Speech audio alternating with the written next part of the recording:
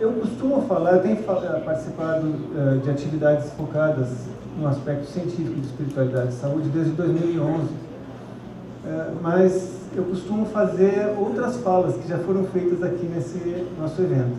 Então eu tive que fazer um giro para fazer essa abordagem mais relacionada à atenção primária, que foi a encomenda, né? Eu deixei em boa parte de lado tabelas e gráficos, porque eu me dei conta, olhando a programação, que muitas das que eu costumo apresentar já teriam sido apresentadas em outros momentos. E vou procurar tentar, junto com vocês, fazer essa conexão da questão da atenção primária. Então, eu priorizei apresentar dicas e princípios contextualizados e referências para nós estudarmos. Não tanto grandes associações estatísticas, embora eu vá dar alguns exemplos também, mas algo que nos ajude a seguir estudando depois. E aqui eu acho que essa minha frase está errada, né? Eu pensava que talvez poucos aqui tivessem essa experiência em atenção primária, mas muitos têm essa experiência em atenção primária. Bem, então, de qualquer modo, o que é a atenção primária? Ela é um padrão de oferta de cuidados de saúde que estrutura a concepção dos sistemas de saúde hoje mais custo-efetivos do mundo, como Inglaterra, Canadá, Cuba e outros. E o nosso SUS está no meio do caminho de se estruturar com base em atenção primária. E às vezes parece que avança para se estruturar com base na atenção primária, para estender o acesso para todos, para organizar as redes de cuidado, e depois parece que dá retrocessos. A gente está no meio do caminho, não vou entrar na análise de porquê, tá? A unidade básica de saúde é a porta de entrada preferencial para os cuidados nesse sistema. Então, atenção primária e unidade de saúde não é a mesma coisa. A atenção primária é uma concepção do sistema que se estrutura na base da atenção primária. E a unidade básica é apenas a porta de entrada preferencial de um sistema assim estruturado. Ela se organiza em torno de alguns princípios e características, e nós vamos perceber agora que todos eles estão abertos para que nós façamos a abordagem de espiritualidade e religiosidade em saúde. Esses aqui são os princípios da atenção primária mais consensualizados no mundo a partir da grande autora Barbara Starfield. Quem já ouviu falar na Barbara Starfield, por favor? Certo, então já anotem o nome, depois vocês vão poder ler ele aqui também. É a principal autora, ela já faleceu há poucos anos, no âmbito da atenção primária à saúde. Então, os princípios são o acesso, que deve ser fácil para todos e sem qualquer espécie de discriminação. O princípio da integralidade, depois nós vamos ver um pouquinho melhor da pessoa como um todo. O princípio da longitudinalidade do cuidado, ou seja, ao longo de toda a vida. Eu hoje já fiz pré-natal das crianças, que um dia eu fiz o pré-natal quando elas estavam dentro da barriga, né? Então, a gente acompanha de fato a vida das pessoas e isso permite um vínculo fabuloso, na verdade. O princípio da coordenação, no qual a gente tutora o caminho da pessoa no sistema de saúde quando ela precisa ser cuidada em outros pontos da rede do sistema. Abordagem familiar e comunitária, acho que dispensa explicações. E a competência cultural, né, que é a nossa capacidade de nos comunicarmos na língua da pessoa. Mas a gente vai ver principalmente aqui a integralidade, a abordagem familiar e comunitária e a competência cultural. A integralidade tem vários modos de ser pensada. Se vocês verem a Constituição Brasileira ou a Lei Orgânica da Saúde ou 1000 outros textos, cada um aborda um aspecto da integralidade. Mas biopsicossocial e espiritual, quer dizer, a pessoa como um todo. Outros abordam mais a questão de que nós temos promoção da saúde, prevenção da doença, cura e reabilitação como um horizonte integral de cuidados. Tem ainda os níveis de Levin e Clark, né, prevenção primária, secundária e terciária, acrescentado atualmente com muita força do nível da prevenção quaternária.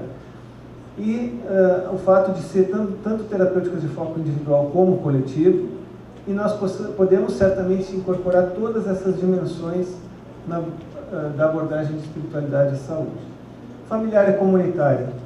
Como o momento do sofrimento e do cuidado que a pessoa está recebendo é visto pela família e rede de suporte. quem dessas pessoas e dessas redes influencia a ótica da pessoa índice, com quem ela pode contar de fato no seu sofrimento, e é nossa tarefa procurar conhecer a casa da pessoa.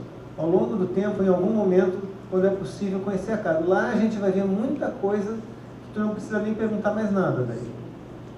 E a sua família, conhecer, se possível, fazendo contatos, visitas, intercâmbio com as lideranças religiosas do território que a gente atua, mas tudo isso ao longo do tempo, sem a preocupação de fazer isso no primeiro momento, na primeira visita. O princípio da longitudinalidade nos facilita muito. A competência cultural. Nós precisamos ter como obsessão falar em língua de gente, né? Abandonando mesmo no contato com o paciente os termos técnicos, a não ser que ele nos demande que a gente os empregue. Conhecer a língua particular de cada pessoa, o seu contexto, que vem de um contexto familiar, que vem do seu grau de escolarização, que vem da sua religião, enfim, de uma série de aspectos. Conhecer as crenças espirituais prevalentes na região. Sabe que, eu até já faço uma confissão aqui, eu até hoje ainda me sinto insuficiente no entendimento do conjunto total das crenças religiosas que existem no território em que eu trabalho há 20 anos. Às vezes chega uma nova experiência coletiva religiosa, uma nova instituição, um novo ministério, uma nova casa, um novo centro, enfim, e às vezes eu não sei ainda me expressar ou perceber como a pessoa se expressa, mas isso é fundamental, principalmente naquilo que depois eu vou abordar aqui, no próximo item aqui embaixo, que é garimpo, o garimpo espiritual, como eu tenho chamado, que é a possibilidade de nós detectarmos em todas as crenças mais diversas as alavancas positivas, muitas vezes presentes, nós vamos ver um pouco mais disso, e que às vezes se a gente não garimpar, a gente não vai encontrar. E isso exige conhecer. E aproximar-se do método clínico centrado na pessoa. Já foi usada essa expressão aqui em outros momentos, centrado na pessoa, e ela significa algo muito tranquilo e imediatamente apreendido. O método clínico centrado na pessoa não é simplesmente essa atitude. Ele envolve já determinadas técnicas que já foram estudadas, já tem ensaios clínicos e verificado se é possível exercê-lo ou não. Eu vou falar um pouco mais disso agora. E o método clínico centrado na pessoa é um dos corações do programa de residência médica hoje em dia em medicina de família e comunidade. O garimpo espiritual que eu mencionei antes. Nós sabemos, as tradições religiosas não são unívocas. O fato de alguém dizer, eu tenho tal religião, não mal arranhou aquilo que a gente precisa para conhecer a pessoa. Essas tradições abrigam contradições dos contextos em que elas foram geradas, absorvidas e transmitidas. Todas elas contêm elementos que favorecem a resiliência, mas podem também reforçar o lado negativo das vivências. E nesse garimpo, o que nós fazemos? Nós apoiamos a identificação da pessoa dentro das suas crenças e com os aspectos das suas crenças, símbolos, práticas e ritos que sejam pró-resiliência, sem entrar em confronto com a pessoa. A ideia não é discutir, abrir um debate intelectual com a pessoa sobre a religião dela e por que ela não vê de outro modo dentro da religião dela, mas sim fisgar alguns aspectos, peneirar, que é o que se faz no garimpo, né? Deixar fluir e reter e dar destaque para as coisas que podem ajudá-la a constituir resiliência. Então, em última análise, é apoiar a migração de formas menos positivas a mais positivas de coping espiritual e religioso. Gente, isso aqui acaba sendo um papel que, em atenção primária, a equipe tem mais necessidade de dominar e desenvolver, porque a gente não tem um capelão em atenção primária. Nós não temos imediatamente dentro do próprio serviço a quem encaminhar as pessoas. Claro, uma boa relação com os ministros religiosos locais em cada território certamente irá ajudar muito, mas a equipe acaba tendo que desenvolver um protagonismo maior nesse garimpo. Bom, o coping, eu até nem preciso falar muito aqui, inclusive porque a seguir nós vamos ter uma excelente exposição no Parkman sobre isso, então eu vou até quase que pular essa página, mas só voltando a destacar que nesse que eu chamo de garimpo espiritual, a gente deve destacar os elementos da crença que facilitam a passagem do coping religioso espiritual negativo ao positivo. Isso aqui é um esboço do método clínico centrado na pessoa. Nós temos 4 grandes elementos atualmente, antes eram 6, e novos estudos da Moira, que junto com McQueen, são os 2 autores que principalmente desenvolveram isso, agora reduziram de 6 para 4, que são esses aqui. Explorar a doença e a experiência que a pessoa tem da doença, entender a pessoa como um todo, constituir um plano conjunto negociado de manejo dos problemas e, com tudo isso, intensificar o vínculo. Então, esses são os 4 princípios do método clínico centrado na pessoa. As pessoas podem se tranquilizar, vocês podem se tranquilizar sabendo que já foram feitos estudos de que isso também, assim como outras formas de abordagem específicas da espiritualidade, que não é o caso do método clínico, ele não é específico, dá tempo na consulta. A gente vai atrás de sentimentos de culpa no S de sentimento, de medo ou sentimentos de conexão ou de paz, para entender como é que a pessoa faz o coping, as ideias que ela tem sobre a doença, como é que ela explica para ela mesma a doença que ela tem, o quanto isso afeta a funcionalidade dela. De repente a doença que ela está afastou ela de grupos religiosos que ela frequentava, e isso vai prejudicar o seu suporte, e as expectativas que ela tem a partir da sua visão religiosa e espiritual. Entender a pessoa como um todo não é muito difícil também, se a gente está disposto. Envolve entender a doença, o que significa um conhecimento clínico muito profundo e sólido, mas a experiência que ela tem com a doença e os seus valores e crenças a esse respeito. E o plano conjunto. Quais são, de fato, de tudo aquilo que ela está vivenciando, os problemas que ela quer priorizar? Muitas vezes a gente acha que tem o direito de determinar o que é o prioritário. Normalmente, se aquilo que a gente determinar como prioritário não for o mesmo que a pessoa tem, não vai funcionar. Então não adianta.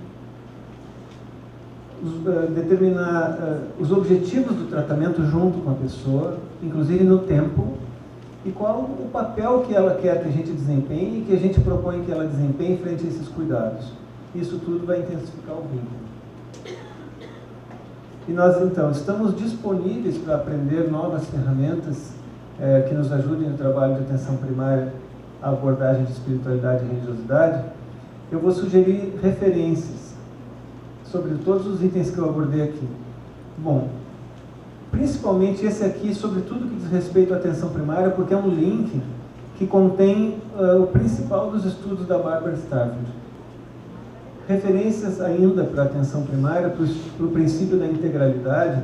Aí eu sugiro mesmo o grande estudo do Koenig, que já foi mencionado aqui mais de uma vez, para que a gente perceba o quanto todas as dimensões da vida estão interligadas e junto com a espiritualidade.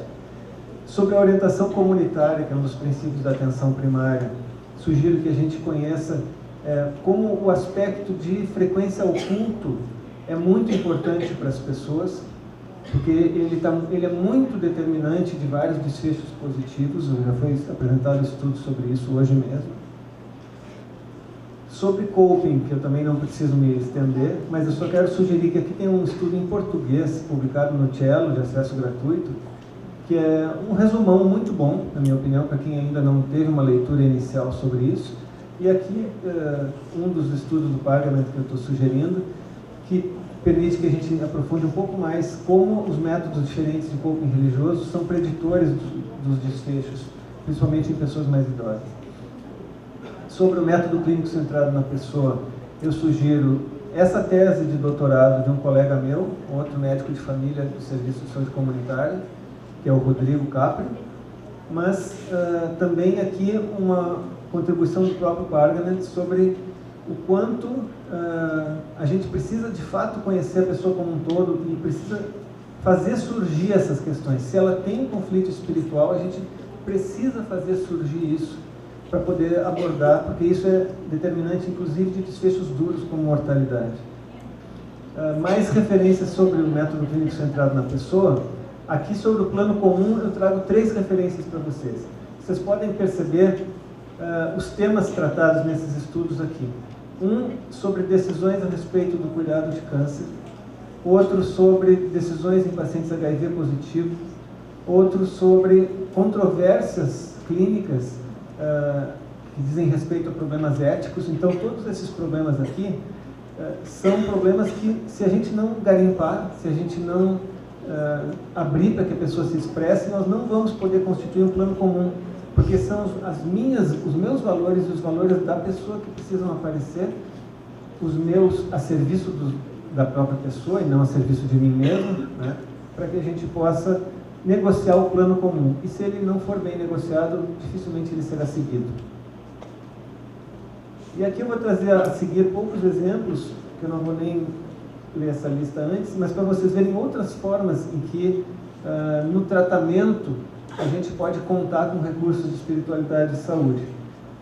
Esse aqui é em analgesia, né? Depois de cesariana, mulheres que receberam um fone de ouvido com mantras relativos à sua experiência espiritual e à sua tradição, depois de 90 minutos já começa a diferenciar o quanto elas têm menos sensação de dor do que as mulheres que receberam qualquer outra coisa naquele estímulo auditivo. Frequência ao culto e suicídio feminino, uma amostra evidente de como é importante que nós valorizemos a participação da pessoa nas atividades coletivas da sua tradição religiosa. Aqui seria, eu teria que explicar um pouco mais, mas seria principalmente mostrar o quanto a crença em um Deus amoroso favorece desfechos em saúde mental positivos em comparação com a crença em um Deus punitivo, e como a crença em um Deus, da crença deística, que é aquela assim, tipo, Deus criou o universo, mas foi para a praia e nunca mais deu bola para nós. Um troço assim. Essa não tem influência estatisticamente significativa, mas eu cito isso aqui para que a gente perceba o quanto a gente pode, dentro das contradições de cada tradição que as diferentes pessoas que a gente cuida têm, se a gente garimpar os elementos que favorecem a ligação dela com uma crença num Deus amoroso, benevolente, a gente pode trazer para ela a facilidade de atingir desfechos positivos. E aqui eu iria explicar um estudo, mas eu creio que já queimei meu tempo, para mostrar como mesmo abordagens mais especializadas, que a gente não faz em atenção primária, mas que a gente precisa conhecer que existe para poder eventualmente referir as pessoas para serem cuidadas, pode fazer a diferença em relação, por exemplo, à depressão. Mas eu não vou me deter nisso, só para vocês verem que quanto maior a religiosidade prévia da pessoa, talvez isso faça menos diferença.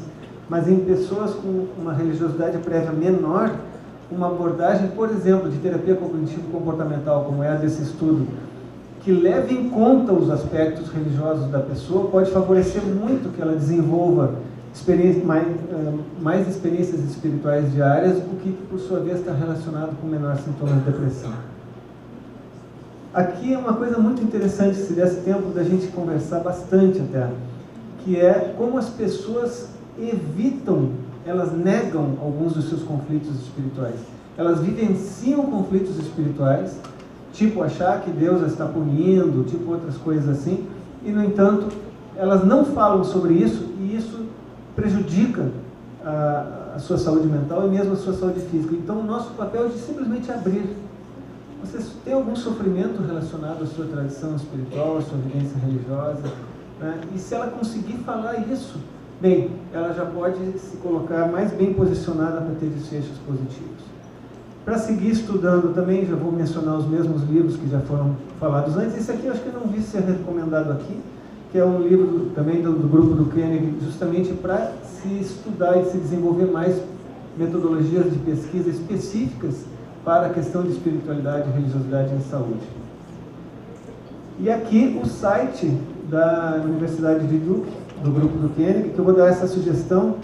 Vocês podem ver, aqui embaixo tem um lugarzinho para a gente se inscrever no mailing list, para receber um e-mail mensal deles, em que eles já dão uma limpada. A gente vai receber esse e-mail aqui na nossa caixa de entrada. Ó. E a gente vai clicar aqui e vai ter mensalmente uma nova limpada que eles mesmos lá fazem sobre os últimos estudos a respeito da relação entre espiritualidade, religiosidade e saúde.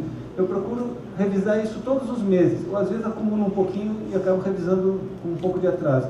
Mas isso é muito interessante para que a gente esteja up to date com aquilo que está sendo discutido no mundo e publicado, na verdade, no mundo a respeito dessa questão.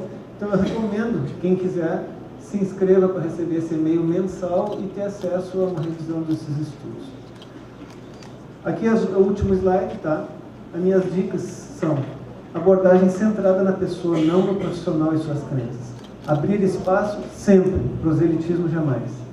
Também atenção primária, buscar tomar a anamnese espiritual, pessoal e familiar, não só pessoal, a cada primeiro contato relevante, mas com a longitudinalidade a gente pode se permitir um tempo maior. Buscar conhecer o básico das crenças da pessoa e das crenças do nosso território e se capacitar para atividades coletivas também, que eu nem entrei aqui, mas é muito típico de atenção primária, de se realizar em unidades básicas de saúde, como grupos de meditação e outros, tá? Aqui é o meu agradecimento a vocês e muito obrigado. Eu apenas quero aproveitar que nós estamos aqui todos juntos construindo essa unidade de intenções, pedindo que a gente dedique em algum momento do nosso dia de hoje um minutinho para desejar juntos ou para fazer uma prece cada um sozinho, para que o Brasil supere esse tipo de violência que está acontecendo. Eu passei pelo Rio de Janeiro para vir para cá e a execução daquela vereadora que luta pelos direitos humanos me deixou muito chocado. Eu já estava até meio atrapalhado para fazer essa fala aqui, mas me superei um pouco. Então peço que a gente se una para desejar isso, para rezar por isso, tá bem? Muito obrigado.